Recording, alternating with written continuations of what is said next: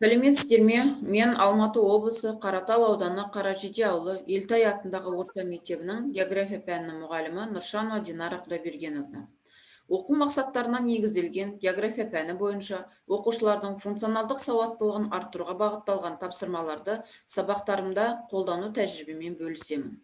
Оқушылардың функционалдық сауаттылығын арттыруда табысты нәтиже беретін Блум таксономиясының танымдық деңгейлері бойынша сұрақтар мен тапсырмалар дайындалды.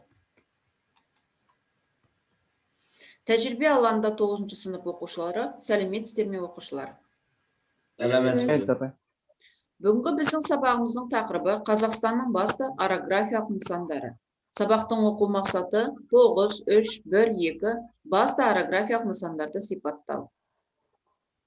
Оқушылар, сіздерге мәтін беріледі, мәтінді тыңдаймыз, түсінеміз, есте сақтаймыз, қажет жерлерін жазып алып отырамыз. Бүгінгі біздің басты орографиялық нысанымыз Үстірт, Үстірті. Үстірт, батыста Маңғыстау түбегімен, Қарабұғаз көл шығанағы, шығыста Арал теңізімен, Амудария өзенінің сағасы аралығында Тұран жазығында орналасқан. Үстірттің орталық бөлігінде Қарабауыр жоңы бар, ал жиегі тік жарлы кемер болып келген. Әсіресе ол батысы мен шығысында айқын байқалады.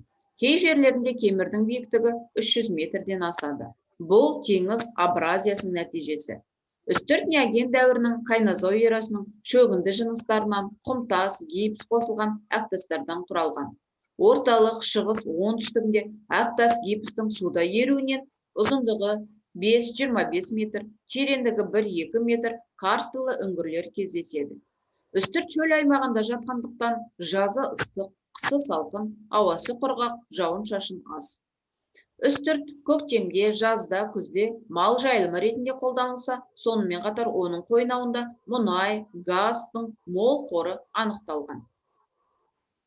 Енді келесі кезекте балалар мәтінге сәйкес тапсырмаларды орындайық. Бірінші тапсырма. Әрбір тұжырымға иә және жоқ деп жауап береміз. Бұл тапсырманы кім орындайды? Мен орындайын, апай. Жақсы, айта қойыңыз. Үстірт бұл таулы қырат жоқ. Себебі үстірт бұл ойпаты жазықтан кемерлердің шектелетін әлсіз тілімделген төбесі тегіс көтеріңкі жазық. Жақсы. Тұран жазығында орналасқан. Иә. Карстылы үңгілер бар. Иә. Себебі ол неоген дәуірінің кайнозой эрасында шөгінді жыныстарынан құмтас гипс қосылған әктастардан құралған. Әктас гипстің суда еруінен пайда болған карстылы үңгілер. Гипстің суда еруінен пайда болған карстылы үңгілердің кездеседі. Жақсы. Жылдық жауын-шашын мөлшері 400 мм. Жоқ, себебі үстірт шөл аймағында жатқандықтан жазы ыстық, қысы суық, ауасы құрғақ болып кездеседі. Жауын-шашын мөлшері 150 мм. Жақсы. Мұндағы тапсырма сұрақ түрінде берілді. Жауапты таңдау, қолдану аясы қоршаған орта.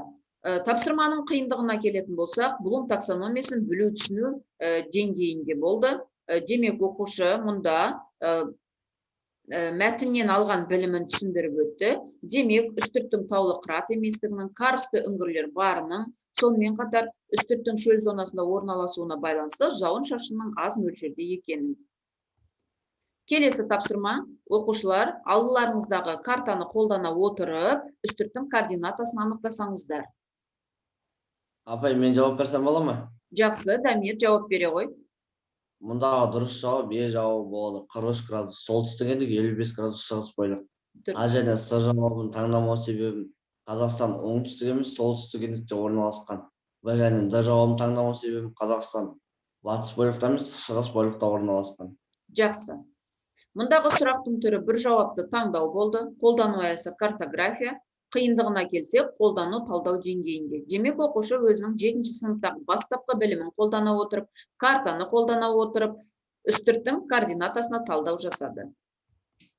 Келесі тапсырма оқушылар сіздерге сұрақ түрінде беріліп отыр.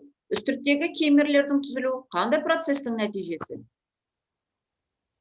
Мен жауап берсем болады. Жақсы, Амина, айта ғой.